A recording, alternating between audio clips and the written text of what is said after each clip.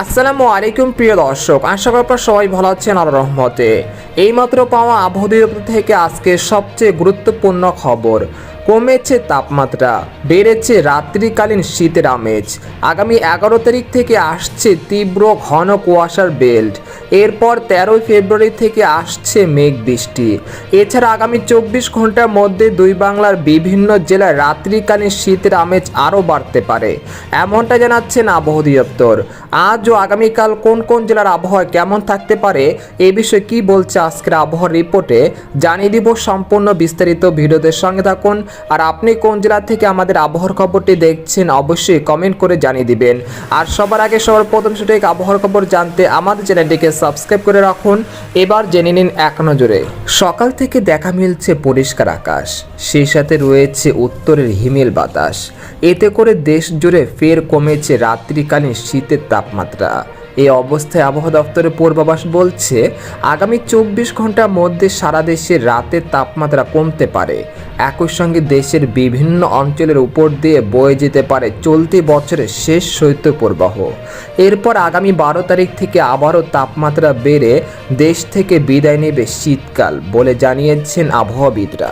এদিকে আবহাওয়ার আরেকটি সতর্কবার্তায় বলা হয়েছে এখন থেকে পরবর্তী 24 ঘন্টার মধ্যে রংপুর, রাজশাহী, ময়মনসিংহ, খুলনা, সিলেট ও ঢাকা বিভাগের বেশ কয়েকটি জেলায় রাতের তাপমাত্রা সর্বোচ্চ 3 ডিগ্রি সেলসিয়াস পর্যন্ত কমে যেতে পারে। একই সঙ্গে এসব বিভাগের কোথাও কোথাও মৃদু থেকে মাঝারি ধরনের শৈত্যপ্রবাহ বয়ে যেতে পারে এবং তা আগামী 11 তারিখ পর্যন্ত অব্যাহত থাকতে পারে। এরপর 12 তারিখ থেকে সারা দেশের বিভিন্ন অঞ্চলে আবার তীব্র ঘন কুয়াশা বেল দ্বারা আক্রান্ত হতে পারে এবং তা আগামী 16 তারিখ পর্যন্ত চলমান থাকতে পারে বলে জানিয়েছেন আবহাওয়ার পূর্বাভাসে। এদিকে গত 24 ঘন্টায় দেশের সর্বনিম্ন তাপমাত্রা রেকর্ড করা হয়েছে রাজশাহীর ঈশ্বরদীতে 8.9 ডিগ্রি সেলসিয়াস। আর ঢাকার সর্বনিম্ন তাপমাত্রা ছিল 14.5 ডিগ্রি সেলসিয়াস। আর সর্বোচ্চ তাপমাত্রা ছিল চট্টগ্রামে টেকনাফে 31.5 ডিগ্রি সেলসিয়াস। এদিকে বাংলাদেশের আবহাওয়াবিদ মোহাম্মদ শাহিনুর ইসলাম জানান আজ সকাল 9টা থেকে পরবর্তী 24 ঘন্টায় শেষ রাত থেকে ভোর পর্যন্ত সারা দেশে হালকা থেকে মাঝারি ধরনের কুয়াশা পড়তে পারে।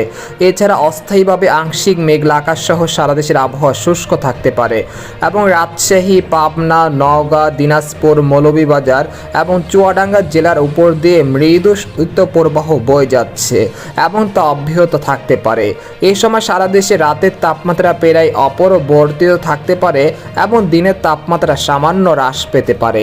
তো এই ছিল খবর। এরকম ইন্টারেস্টিং আবহাওয়ার খবর জানতে আমাদের সাথেই থাকুন। ধন্যবাদ।